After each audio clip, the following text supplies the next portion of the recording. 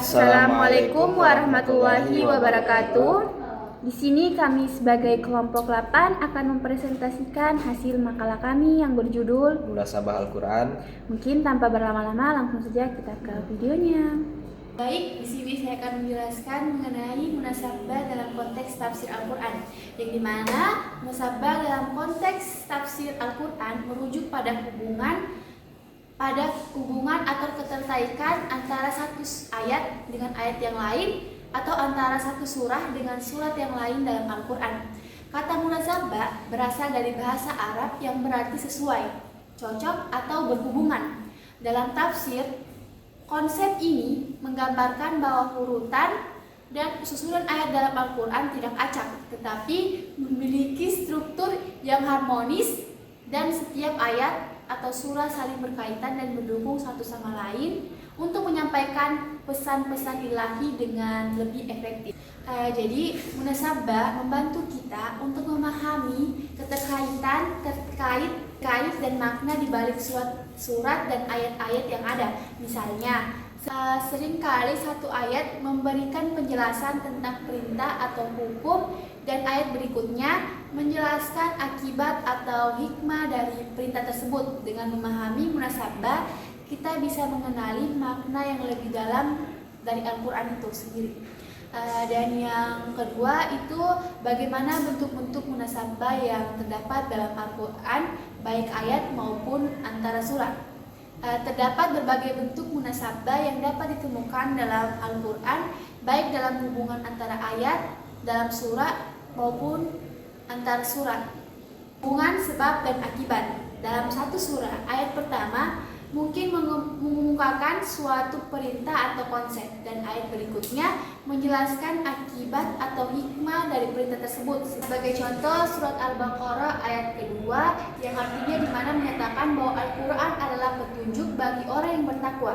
Ayat ini selanjutnya menjelaskan siapa itu orang yang bertakwa, menunjukkan adanya keterkaitan antara definisi dan penjelasan. Dan yang kedua itu hubungan tanya dan jawab. Sebagian ayat di Al-Quran diawali dengan pertanyaan, kemudian dijawab dalam ayat berikutnya. Contohnya dalam surat Al-Ikhlas ayat 1-4 yang menjelaskan tauhid dengan cara yang ringkas dan padat, di mana setiap ayat berfungsi menjelaskan konsep Tuhan yang Maha Esa. Selanjutnya kepada materi kedua. Baik, terima kasih. Selanjutnya beralih ke materi ketiga, yaitu relevansi dan manfaat mempelajari munasabah Al-Quran dalam konteks pendidikan. Yang pertama itu relevansi munasabah Al-Quran dalam pendidikan. Jadi ilmu munasabah Al-Quran mempelajari hubungan, keterkaitan dan kesesuaian antara bagian-bagian Al-Quran seperti antara ayat dengan ayat, surat dengan surat, hingga kalimat dengan kalimat. Dalam konteks pendidikan, pemahaman ini sangat relevan karena membantu menjadikan Al-Quran sebagai satu kesatuan utuh yang dapat dipahami secara menyeluruh dan sistematis.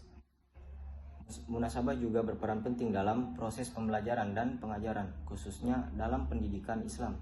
Dengan memahami korelasi antara ayat dengan surat, guru dapat menyusun materi pembelajaran yang lebih terstruktur dan bermakna, serta mengaitkan pelajaran baru dengan pengetahuan sebelumnya sehingga memudahkan siswa dalam menerima dan memahami informasi. Yang selanjutnya, manfaat mempelajari munasabah Al-Quran dalam pendidikan. Jadi ada beberapa manfaat dalam mempelajari munasabah Al-Quran. Yang pertama, memperdalam pemahaman Al-Quran secara holistik, di mana munasabah memungkinkan pendidik dan siswa memahami Al-Quran tidak hanya secara parsial, tetapi juga satu kesatuan yang utuh dan harmonis. Hal ini memperkuat keyakinan terhadap wahyu dan mukjizat Al-Quran.